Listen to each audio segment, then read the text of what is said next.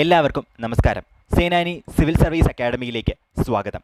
അക്കാഡമിയുടെ ക്ലാസുകൾ SCERT NCERT അടിസ്ഥാനീകരിച്ച് സിലബസിനുള്ളിൽ ഒതുക്കി ചിട്ടപ്പെടുത്തിയിരിക്കുന്നതാണ്. തീർച്ചയായും പ്രിലിമിനറിക്കും മെയിൻസിനും ഉപകരിക്കുന്നതുമാണ്. നിങ്ങൾക്ക് ഉപകരിച്ചാൽ പ്രോത്സാഹനമായി ഷെയർ ചെയ്യാനും ലൈക്ക് ചെയ്യാനും മടിക്കരുത്. ഇന്നത്തെ ടോപ്പിക് ചൗരി ചൗര സംഭവം. 1922 ഫെബ്രുവരി 5-ാം തീയതി ഉത്തർപ്രദേശിലെ ഗോരഖ്പൂർ ജില്ലയിൽപ്പെട്ട ചൗരി ചൗര ഗ്രാമത്തിൽ ഒരു അക്രമം പൊട്ടിപ്പുറപ്പെട്ടു. 3000-ഓളം വരുന്ന കർഷകർ പങ്കെടുത്ത ഒരു കോൺഗ്രസ് ജാഥയ്ക്ക് നേരെ പോലീസ് വെടിവെച്ചതോടെയാണ് അക്രമങ്ങൾ ഉണ്ടായത്. കുപിതരായ ജനക്കൂട്ടം ചൗരി ചൗരയിലെ പോലീസ് സ്റ്റേഷന് തീ കൊളുത്തി. 22 പോലീസുകാർ കൊല്ലപ്പെട്ടു. ഈ സംഭവം ഗാന്ധിജിയെ ഞെട്ടിപ്പിച്ചു. ഹിംസാത്മകമായ ഒരു സമരത്തിന് ജനങ്ങൾ ഇനിയും സജ്ജരായിട്ടില്ല എന്ന് ചൗരി ചൗര സംഭവം അദ്ദേഹത്തെ ബോധ്യപ്പെടുത്തി.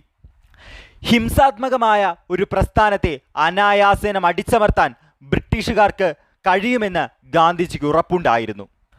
അതിനാൽ നിസ്സഹകരണ പ്രസ്ഥാനം പൂർണ്ണമായും നിർത്തിവെക്കാൻ ഗാന്ധി തീരുമാനിച്ചു. അതേസമയം ക്രിയാത്മക പരിപാടികൾ തുടർന്നു കൊണ്ടുപോകാൻ പ്രവർത്തന സമിതി തീരുമാനിച്ചു. നിസ്സഹകരണ പ്രസ്ഥാനം പെട്ടെന്ന് പിൻവലിച്ചത് രാജ്യത്തെ അമ്പരപ്പിച്ചു. ഗാന്ധിയുടെ തീരുമാനത്തെ അംഗീകരിച്ചുകൊണ്ടും നിശ്ചിതമായി വിമർശിച്ചുകൊണ്ടുമുള്ള പ്രതികരണങ്ങളുണ്ടായി. CR ദാസ്, മോത്തിലാൽ നെഹ്റു, ലാലാ ലജ്പത് റായ്, സുഭാഷ് ചന്ദ്രബോസ് തുടങ്ങിയ നേതാക്കൾ ഇതിനെ ശക്തമായി എതിർത്തു.